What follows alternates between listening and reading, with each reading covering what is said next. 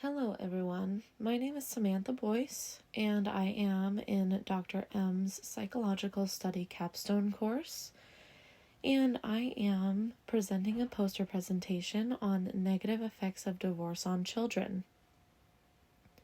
My objectives are reviewing the early signs of depression and studying parental divorce children versus non-divorced children with Beck's depression inventory. And I'm also going to be discussing some positive effects of divorce to help parents with the question of whether divorce is worth it or more psychologically harmful towards their children. So if we look at the introduction section, my research question is, what are the early signs of depression to look out for in children after divorce? The three early signs that I'm going to be discussing are disruptive behaviors, poor academic performance, and anxiety with agitation. With the disruptive behaviors, you have juvenile delinquency, you have impulsive behavior, and you also have risky sexual behavior. This can lead to increased conflict with peers. With a risky sexual behavior, it can lead to sexually transmitted diseases or early pregnancy. And with the juvenile delinquency, it can lead to a juvenile detention center. Then we go to poor academic performance, where children are going through divorce. They can be faced with certain situations that they have to, they're forced to cope with. And so with divorce comes moving, and if a child is moved from their home to a different home or even a different school, that can really disrupt their academic performance. And we're not just talking about the current grade that they're in, but also people have found that children who've gone through divorce have also not gone to a higher education. So not only have they maybe dropped out of high school, but they also have not gone to college or a trade school.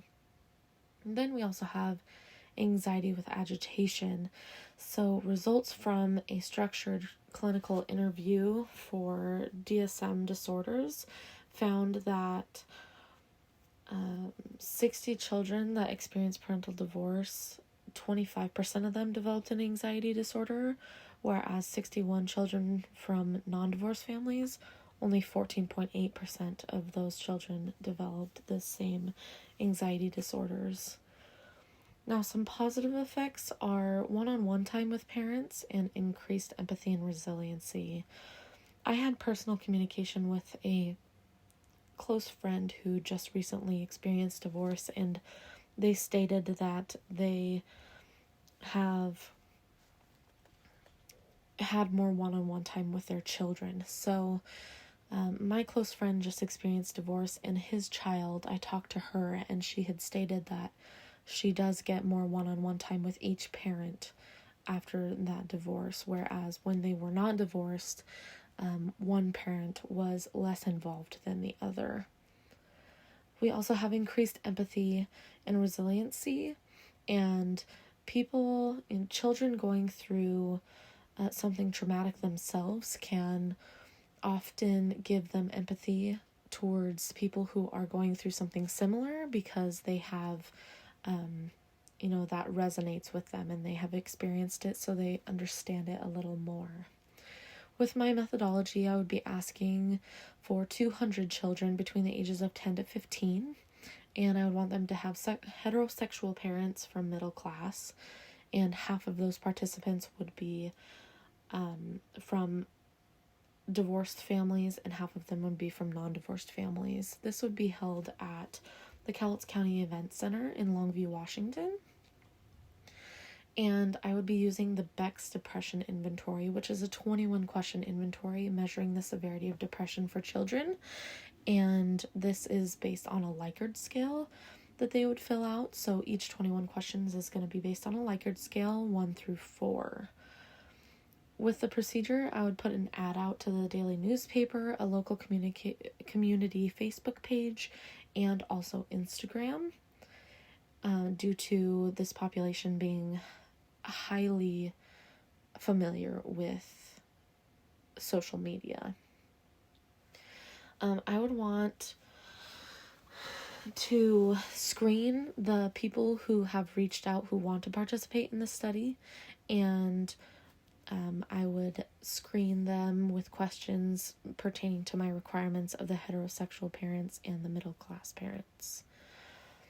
I also would